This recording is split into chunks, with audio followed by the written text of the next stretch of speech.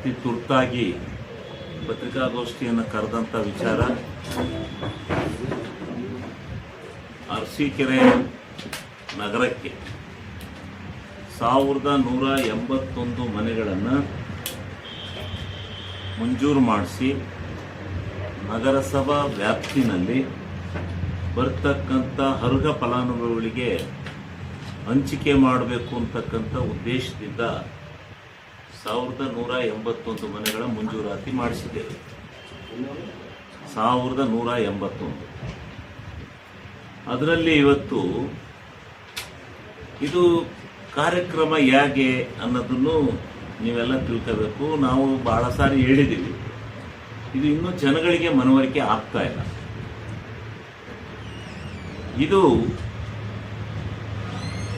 ಕೇಂದ್ರ, ರಾಜ್ಯ ಮತ್ತು ಫಲಾನುಭವಿ. ಕೇಂದ್ರ ಸರ್ಕಾರ 1.5 ಲಕ್ಷ, ರಾಜ್ಯ ಸರ್ಕಾರ 1.5 ಲಕ್ಷ, ಫಲಾನುಭವಿ 1 ಲಕ್ಷ, 2 ಲಕ್ಷ ಇತ್ತು. ಅದನ್ನು 1 ಲಕ್ಷ ರೂಪಾಯಿನ ರಾಜ್ಯ ಸರ್ಕಾರವೇ ಭರ್ತಿ ಮಾಡಿಕೊಡೋದು ಅಂತ ಹೇಳಿ, ಇನ್ನು 1 ಲಕ್ಷ ರೂಪಾಯಿನ ಮಾತ್ರ ಕಟ್ಟಿ ಅಂತೇಳಿ ಫಲಾನುಭವಿಗೆ ಹೇಳಿದ್ವಿ. ಅಲ್ಲಿಗೆ ರಾಜ್ಯ ಸರ್ಕಾರದ ಭಾಗ 2.5 ಲಕ್ಷ, ಕೇಂದ್ರ ಸರ್ಕಾರದ ಭಾಗ 1.5 ಲಕ್ಷ, ಫಲಾನುಭವಿ ಭಾಗ 1 ಲಕ್ಷ. ಇಷ್ಟನ್ನ ಮಾಡಬೇಕು ಅಂತೇಳಿ ತಾಕೀತು ಮಾಡಿ ಇವತ್ತು ಮನೆನ ಕಟ್ಟಲಿಕ್ಕೆ ಪ್ರಾರಂಭ ಆಗಿದೆ. ಬಹಳ ವರ್ಷಗಳೇ ಕಳೆದಿದೆ. ಇಲ್ಲಿ ನಾವು ಆಗ ವಾರ್ಡ್ಗೆ ಹೋಗಿ ಯಾರು ವಸತಿ ರೈತರಿದ್ದಾರೆ ಅವ್ರಿಗೇನೆ ಪಟ್ಟಿ ಮಾಡಿ ಸರ್ಕಾರದಿಂದ ಅನುಮೋದನೆಯನ್ನು ಪಡೆದಿದ್ದೇವೆ. 1181 ಫಲಾನುಭವಿಗಳಿಗೂ ನಾವು ಮನೆಯನ್ನ ಕಟ್ಟಿಸಿಕೊಡ್ತಕ್ಕಂಥ ಆದೇಶದ ಪತ್ರವನ್ನು ಕೊಟ್ಟಿದ್ದೇವೆ. ಕಾಂಟ್ರಾಕ್ಟ್ರು ಬಂದಿದ್ದಾರೆ. ಕಾಂಟ್ರಾಕ್ಟ್ರು ಪಾಪ 5-6 ವರ್ಷದಿಂದ ಇಲ್ಲೇ ಬಂದು ಕ್ಯಾಂಪ್ ಹಾಕಿ ಮನೆಗಳನ್ನ ಕಟ್ತಾ ಇದ್ದಾರೆ. ಇಲ್ಲೇನಾಗಿದೆ, ಕೇಂದ್ರ ಸರ್ಕಾರದ ಭಾಗ, ರಾಜ್ಯ ಸರ್ಕಾರದ ಭಾಗ ಬಂದಿದೆ, ಫಲಾನುಭವಿಗಳ ಭಾಗ ಬರಲಿಲ್ಲ.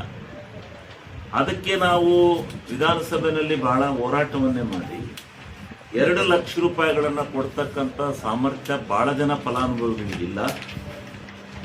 ಅದನ್ನು 1 ಲಕ್ಷಕ್ಕೆ ಇಳಿಸಿ 1 ಲಕ್ಷನ ರಾಜ್ಯ ಸರ್ಕಾರವೇ ಭರಿಸ್ತಕ್ಕಂಥದ್ದು ಅಂತ ಹೇಳಿ ತೀರ್ಮಾನ ಮಾಡಿ ಅದಾಯಿತು.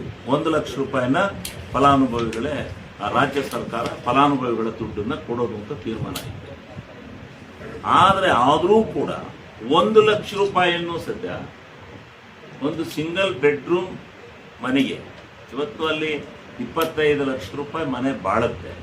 1 ಲಕ್ಷ ರೂಪಾಯಿ ಕಟ್ಟಿ ಬರಲಿಕ್ಕೂ ಜನ ಅವರ ವಂತಿಕೆ ದುಡ್ಡನ್ನು ಕೊಡದಲ್ಲೇ ಕಾಂಟ್ರಾಕ್ಟ್ರು ಆ ಮನೆಗಳನ್ನು ಪೂರ್ಣಗೊಳಿಸಿಲ್ಲ. ಈಗ 328 ಮನೆಗಳು ಪೂರ್ಣಗೊಂಡಿದೆ. 412 ಮನೆಗಳನ್ನು RCC ಹಾಕಿದ್ದಾರೆ. ಇನ್ನು 252 ಮನೆ ಫೌಂಡೇಶನ್, ಲಿಂಟ್ಲು ಇಲ್ಲಿ ನಿಂತಿದ್ದಾವೆ.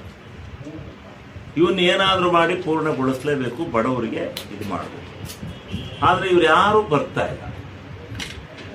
ಈಗ 131 ಜನ ಮಾತ್ರ 1 ಲಕ್ಷ ರೂಪಾಯಿ ಕಟ್ಟಿದ್ದಾರೆ. 1 ಲಕ್ಷ ರೂಪಾಯಿ 131 ಜನ ಕಟ್ಟಿದ್ದಾರೆ. ಅಲ್ಲ, 231 ಜನ ಕಟ್ಟಿದ್ದಾರೆ. ಈಗ ನಾವು ಎಲ್ಲರೂ ಬರಲಿ ಅಂದ್ರೆ ಆಗಕ್ಕಿಲ್ಲ. ಆ 328 ಮನೆ ಏನು ರೆಡಿ ಇದೆ, ಯಾರೇ ನಾಳೆಯಿಂದಲೇ ಬಂದು ಇದಕ್ಕೆ ನಿಘಂಟಿಲ್ಲ,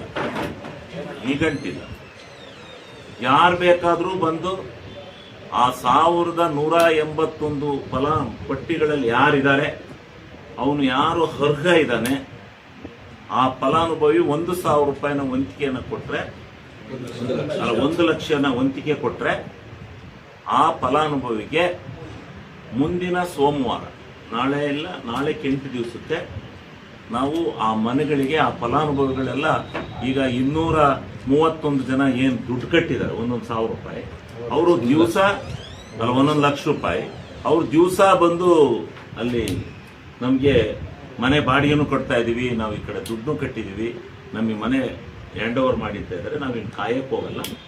ನಾವು ಅವತ್ತೇ ಹೇಳಿದ್ದೀವಿ ತೀರ್ಮಾನನ.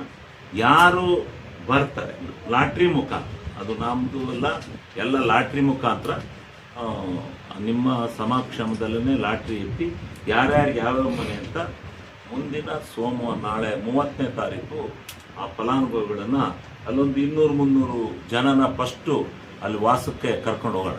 ಆಮೇಲೆ ಯಾರು ಈ ಫಲಾನುಭವಿಗಳು ಬರ್ತಾರೋ ನೋಡೋಣ. ಈ 1 ಲಕ್ಷನೂ ಕಟ್ಟಕ್ಕಾಗದೇ ಇರುವಂಥ ಫಲಾನುಭವಿಗಳು ಇದ್ದಾರೆ ಅಂತ ಆಯ್ತು. ಇಲ್ಲ ಅನರ್ಹರೇನಾದ್ರೂ ಆ ಪಟ್ಟಿ ಒಳಗೆ ಸೇರ್ಕೊಂಡಿದ್ದಾರೆ, ಅದು ಗೊತ್ತಿಲ್ಲ. ದುಡ್ಡು ಕಟ್ಟಕ್ಕಿಂತ ನಮ್ಮ ಹತ್ರ ಅನರ್ಹರಿದ್ರೆ ಆ ಕೂಡಲೇ ವಜಾ ಮಾಡ್ತಾರೆ. ಯಾರು ಅರ್ಹರಿದ್ದಾರೆ ಅವ್ರಿಗೆ ಮಾತ್ರ ಮನೆ ಕೊಡೋದು. ಆದ್ರಿಂದ ಅದನ್ನ ಇನ್ ಆಲ್ ರೆಸ್ಪೆಕ್ಟ್ ಕಂಪ್ಲೀಟ್ ಆಗಿದೆ.